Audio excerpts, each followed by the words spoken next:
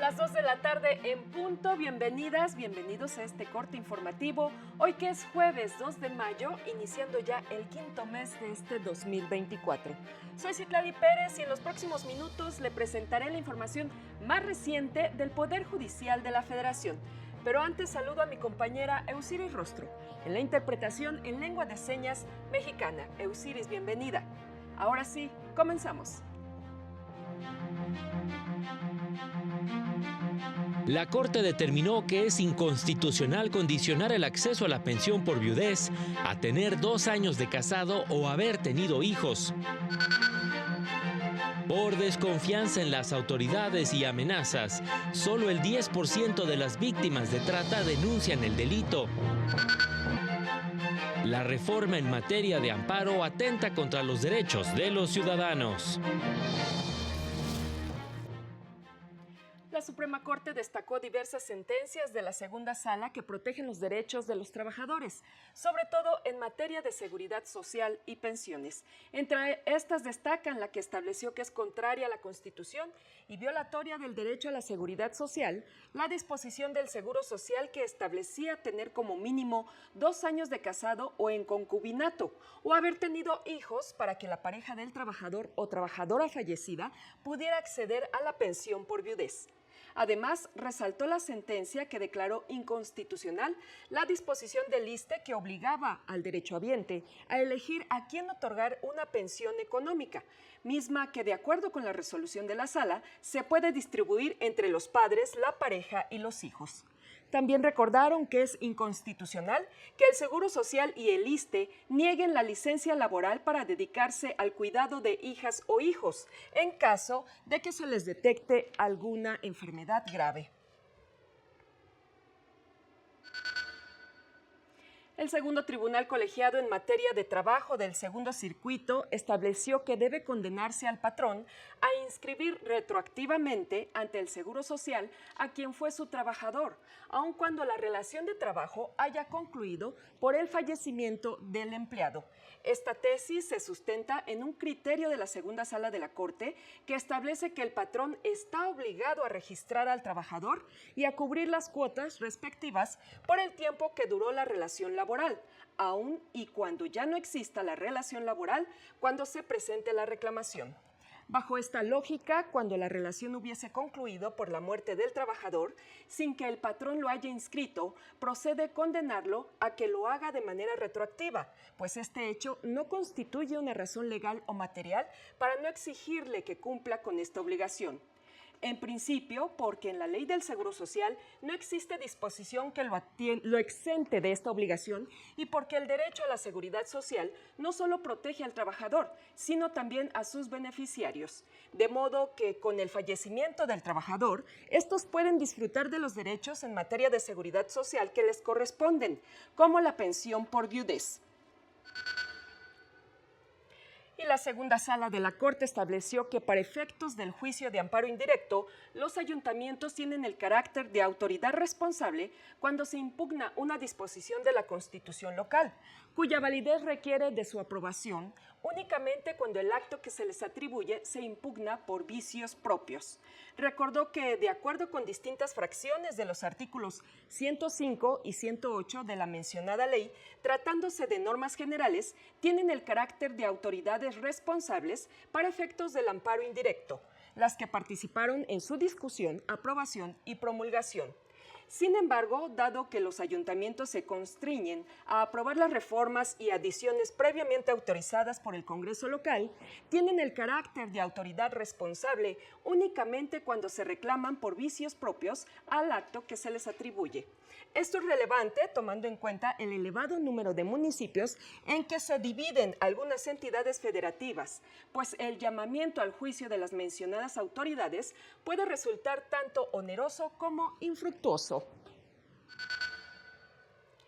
La investigadora universitaria Aletia Fernández de la Reguera aseguró que solo el 10% de los delitos de trata son denunciados, ante la falta de confianza en las autoridades y las amenazas que reciben las víctimas por parte de sus explotadores. Indicó que de 2022 a la fecha, los casos de trata con fines de explotación sexual de mujeres aumentaron en 69% y de niñas en 27%, al pasar de 1.316 a 2.202 víctimas de este delito.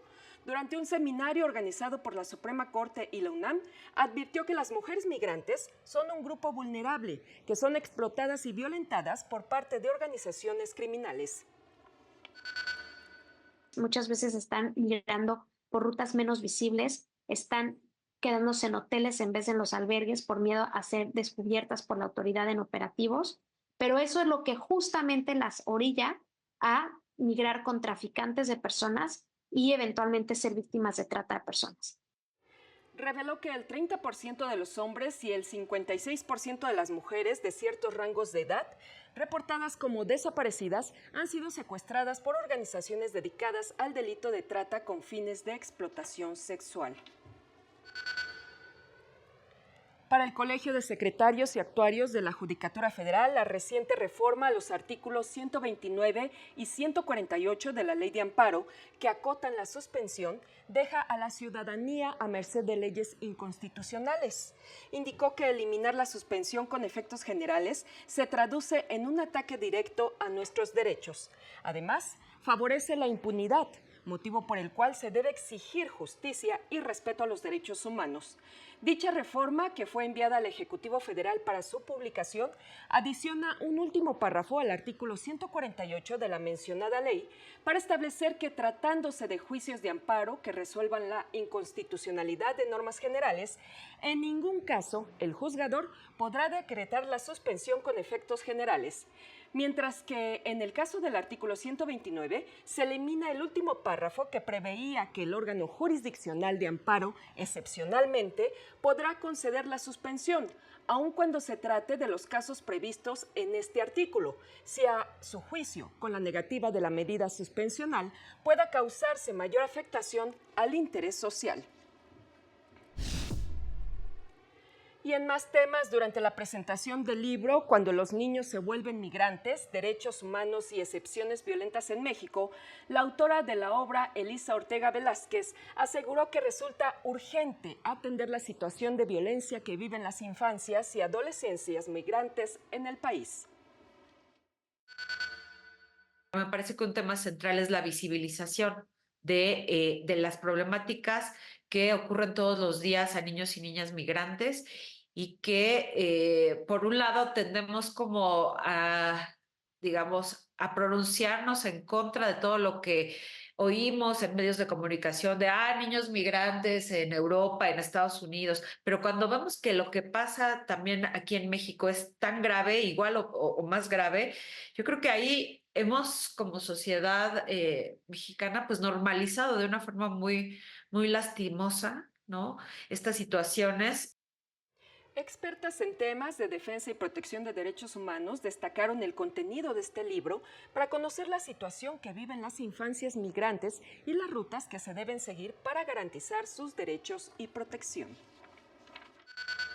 Con la situación de los niños migrantes nos damos cuenta de que probablemente todo este tránsito histórico que nos hace Lisa desde la antigüedad no ha evolucionado en lo empírico, porque los niños siguen siendo no son reconocidos, como decía Ana ahorita, como algo que debería ser intocable realmente, ¿no? Y que debería ser algo que nos importa a todos, que los niños sean de todos. Es una lectura completamente necesaria para entender esta como rompimiento que existe por esta tensión que yo creo que, digamos, yo me atrevo a decir, Elisa, que prevalece el paradigma de la seguridad y prevalece el hecho de considerar a estos niños y niñas como migrantes antes de considerarles como niños y niñas.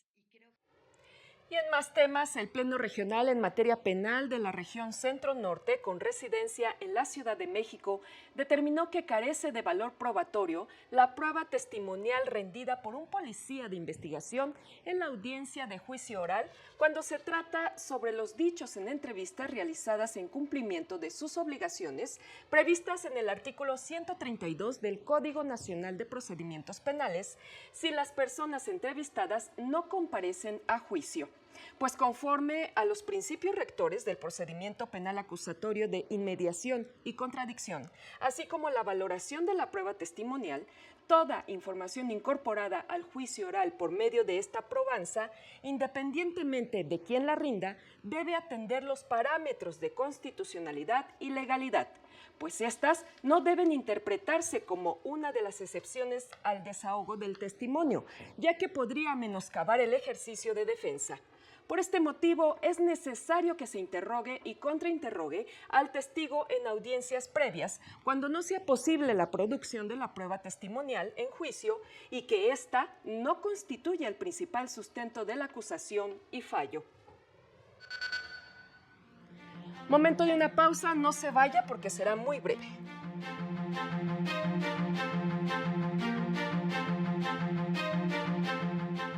Al regresar, presentan primera demanda contra la decisión de usar recurso de las afores no reclamados para crear el Fondo de Pensiones para el Bienestar.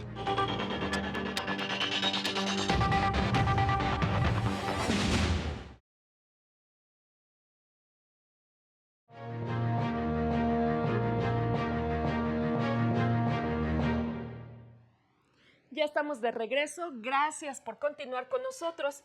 Y fíjese que estamos exactamente a un mes de las elecciones más grandes en la historia de nuestro país y mi compañera Laura Murillo nos da cuenta de lo que señalaron especialistas en la materia durante un foro organizado por el Instituto de Investigaciones Jurídicas de la UNAM.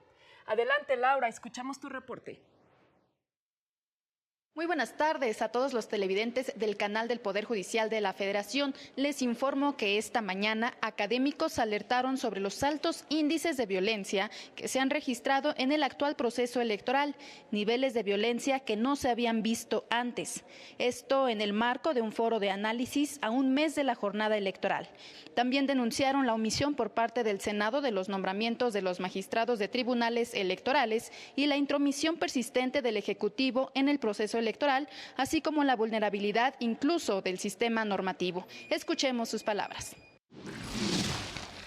Se han registrado muchísimas agresiones, también con resultados en homicidios, incluyendo a 26 aspirantes de la República. Vamos a entrar a esta elección en este contexto con las autoridades jurisdiccionales a nivel nacional incompletas. Y el dato es de la máxima relevancia. No se tiene la menor consideración para erosionar la base misma del sistema constitucional democrático del país, que es nada menos que la legitimidad electoral. Comentar que reflexionaron en prospectiva sobre las tensiones que podrían prevalecer en la nueva integración del Congreso y denunciaron la falta de propuestas de las y los candidatos para reconstruir al Estado mexicano que aseguraron se encuentra vulnerado. Es la información de este análisis a un mes del proceso electoral que se lleva a cabo aquí en el Instituto de Investigaciones Jurídicas. Muchas gracias, Laura, pues estaremos muy pendientes de esta información. Y esta tarde se llevará a cabo en Toluca, Estado de México, la 6ª sesión regional del Encuentro Nacional para integrar una agenda en materia de seguridad y justicia desde el Poder Judicial de la Federación, al que convocó la ministra presidenta Norma Lucía Piña Hernández. Este foro será inaugurado por el ministro Jorge Mario Pardo Rebolledo y su objetivo es identificar los problemas prioritarios en estas materias a partir de las experiencias de los usuarios del sistema de seguridad y justicia, integrantes de la sociedad civil, juzgadores, litigantes, académicos y especialistas de los estados de México y Michoacán. Los interesados podrán participar en las mesas de análisis en las que se abordarán los temas de acceso a los servicios legales, seguridad y justicia, Sistema Nacional de Impartición de Justicia y rendición de cuentas. Y el juez de distrito, Jorge Alberto Orantes López, manifestó que hoy los impartidores de justicia federal defienden sus derechos con el fin de que puedan proteger en el futuro los derechos de la población. Manifestó que todos los órganos jurisdiccionales federales del país tienen como tarea primordial defender la Constitución y los tratados internacionales las 24 horas del día. Esto con el fin de garantizar el derecho de acceso a la justicia de la población y en especial de los sectores vulnerables. Precisó que la independencia judicial no es un privilegio, sino una garantía para proteger el derecho de acceso a la justicia de la población. Tenemos en claro que la justicia es una de las virtudes más representativas para cualquier nación. Para el Estado democrático de derecho, para nosotros es fundamental que nos conozcan. Todos nosotros somos el Poder Judicial de la Federación y estamos a tus órdenes para defender hoy, mañana y siempre tus derechos.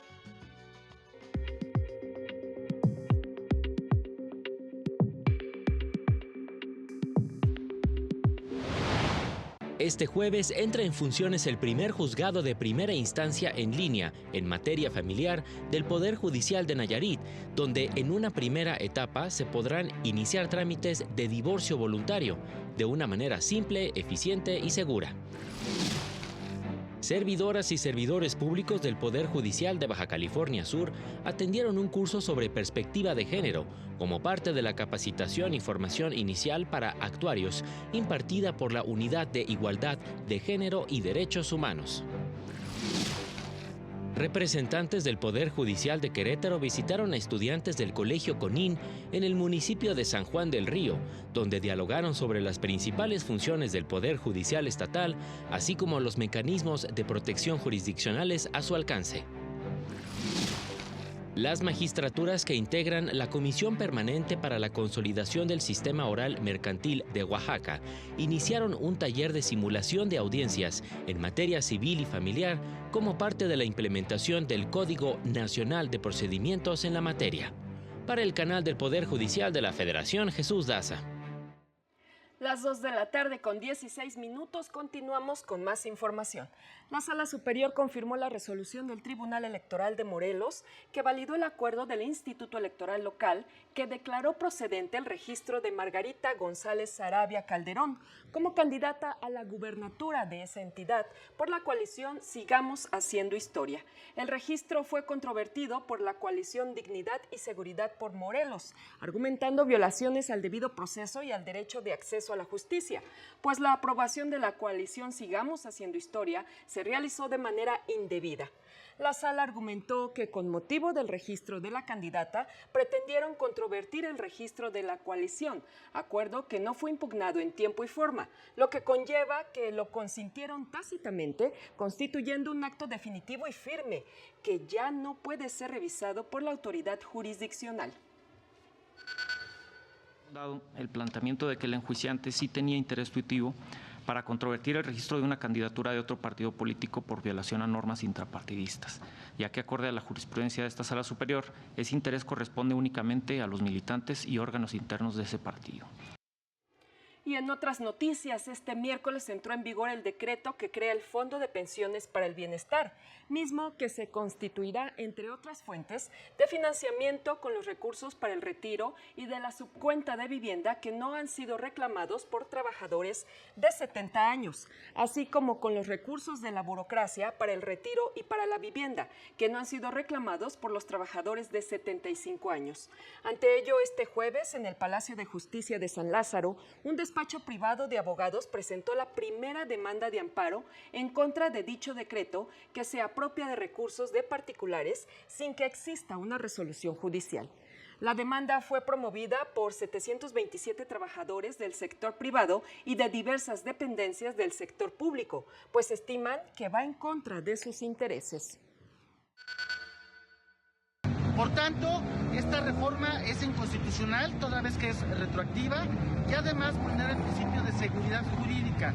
Anunciamos también que en las próximas semanas cientos de trabajadores del INEGI, de la Comisión Nacional Bancaria, de la Guardia Nacional, así como del Instituto Nacional Electoral y varias dependencias federales más, procederán a presentar sus demandas de amparo para que sus ahorros no se vean afectados por irse a este llamado Fondo de Pensiones del Bienestar. Así concluimos esta emisión. Soy Citlali Pérez. Lo invito a mantenerse en la señal del canal del Poder Judicial de la Federación. Siga a las 19:30 horas nuestro avance informativo y a las 20:30 horas el noticiario nocturno. Que tenga una excelente tarde. Hasta pronto.